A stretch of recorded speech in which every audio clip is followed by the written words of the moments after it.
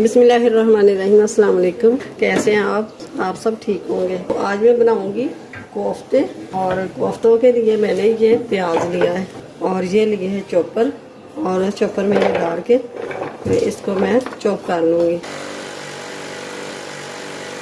ये देखिए माशाल्लाह से ब्रीक हो गया। तो अब ले लेंगे छन्नी, छन्नी में डाल लेंगे ये प्याज। तो अब इस तरह करके ये पानी निकाल लेंगे। चाहे तो एक कपड़े में डाल के और दबा के पानी निकाल सकते हैं। उस तरह बहुत ही आसानी से निकल जाता है। और ये देखें पानी कितना सारा निकला है। मैं पानी को ज़ाया नहीं करूँगी, मैं लगाऊंगी बालों में। आप चाहे तो किसी सब्जी में डाल सकते हैं। और ये लिया है मैंने कीमा। कीमा मेरे पास 1.5 किलो है। तो ये मैंने इस तरह छब्बी में रख के, तो ये देखें रखा हुआ था सुबह का, 3-6 घंटे हो गया। तो ये इतना सारा ब्लड निकला है। ये डाल लेते हैं परात में, और ये डाल दी हूँ इसमें प्याज जो हमने पानी निकाल के रखा। और इसमें जो जब मैंने कीमा कराया था ना, तो उसमें डाल दिए थे अदरक और सब्ज़ मिर्च। तो अब मैं प्याज डाल दिया। 1.5 टेबलस्पून है लहसुन पाउडर, 3 टेबलस्पून है खुश्क धनिया कुटा हुआ, 1.5 टेबलस्पून है नमक, 1 टीस्पून है हल्दी पाउडर, 1.5 टेबलस्पून है कुटी हुई लाल मिर्च, 1 टेबलस्पून से थोड़ी सी ऊपर है काली मिर्च कुटी, 1 टेबलस्पून है जीरा पाउडर। कुटी हुई काली मिर्च थोड़ी सी साबुत है, इसको मैं फिर पीस लेती हूँ। ये सारे मसाले शामिल कर देते हैं, डाल देते हैं इसमें। और ये मैंने लिया है बेसन, और बेसन 1 कप जितना डाल लूँगी मैं। ये पाइया बेसन है, तो मैं थोड़ा सा बिछा लूँगी। ये मैंने ऐसे ही ड्राई इसको हल्की आंच पे भून लिया है।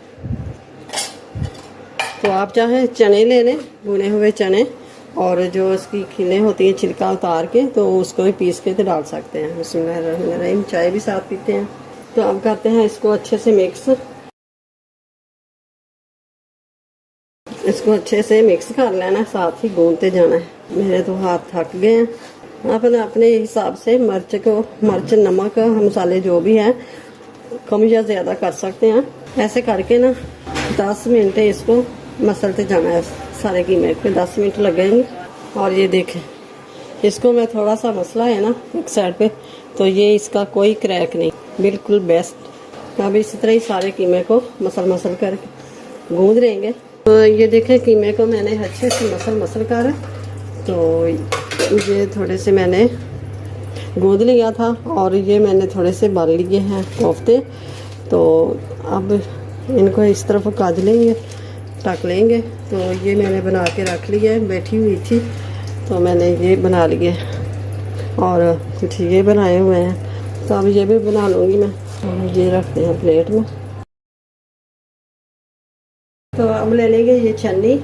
ये दूध पे रखने वाली होती है ना जो छन्नी स्टील की, ये वो है। और यहाँ पे रख देंगे ये कोफ्ते। तो यहाँ से पकड़ेंगे।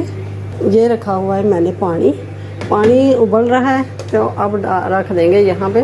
देचकी में पानी डाला है, और पानी में रखा हुआ है स्टैंड, और स्टैंड के ऊपर ये मैंने रख दिया है। तो हल्की आंच पे 20 मिनट के लिए पकाएंगे। तो ये देखिए 20 मिनट हो चुके हैं। तो अब इनको उतारते हैं। ये बहुत गर्म है अभी, तो मैं ये कपड़े की मदद से इसे को उठा लूँगी। तो यहाँ से उठा के दूसरी प्लेट में निकाल लेंगे। तो अब इन कपड़े में तो साफ कर लेंगे। तो ये भी हम रख लेंगे। और ये कोफ्ते जो फ्राई किए हुए नहीं खा सकते, ये वो भी खा सकते हैं। 3 बच गए हैं, इसको भी रख देते हैं ऐसे ही। तो अब इसको भी रख देंगे, और 20 मिनट इनको भी पका लेंगे।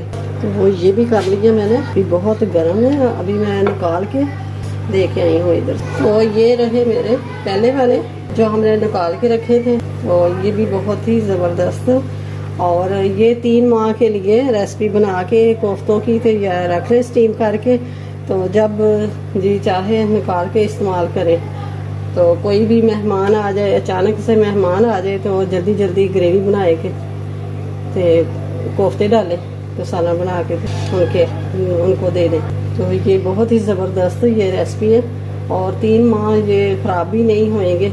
और किसी एयर टाइट जार में रख लें और किसी एयर टाइट बैग में रख लें तो ये बहुत ही ज़बरदस्त कोफ्ते बन के तैयार हो। तो अब मैं एक तोड़ के भी दिखाती हूँ। तो ये देखें माशाल्लाह से ज़बरदस्त अंदर तक पका हुआ है। तो आप भी ज़रूर बनाएं और बना के मुझे कमेंट्स में ज़रूर बताएं कि आपके कैसे बने। तो रेसिपी अच्छी लगे तो इसे लाइक करें, ज़्यादा से ज़्यादा शेयर करें और मेरे चैनल को सब्सक्राइब ज़रूर कर दें। तो साथ ही बेल के बटन को प्रेस कर दें कि मेरी हर आने वाली वीडियो सबसे पहले आप तक पहुंचे। अपनी फैमिली का बहुत सारा ख्याल रखिएगा और मुझे अपनी दुआओं में याद रखिएगा। मिलते हैं फिर। अल्लाह हाफिज़।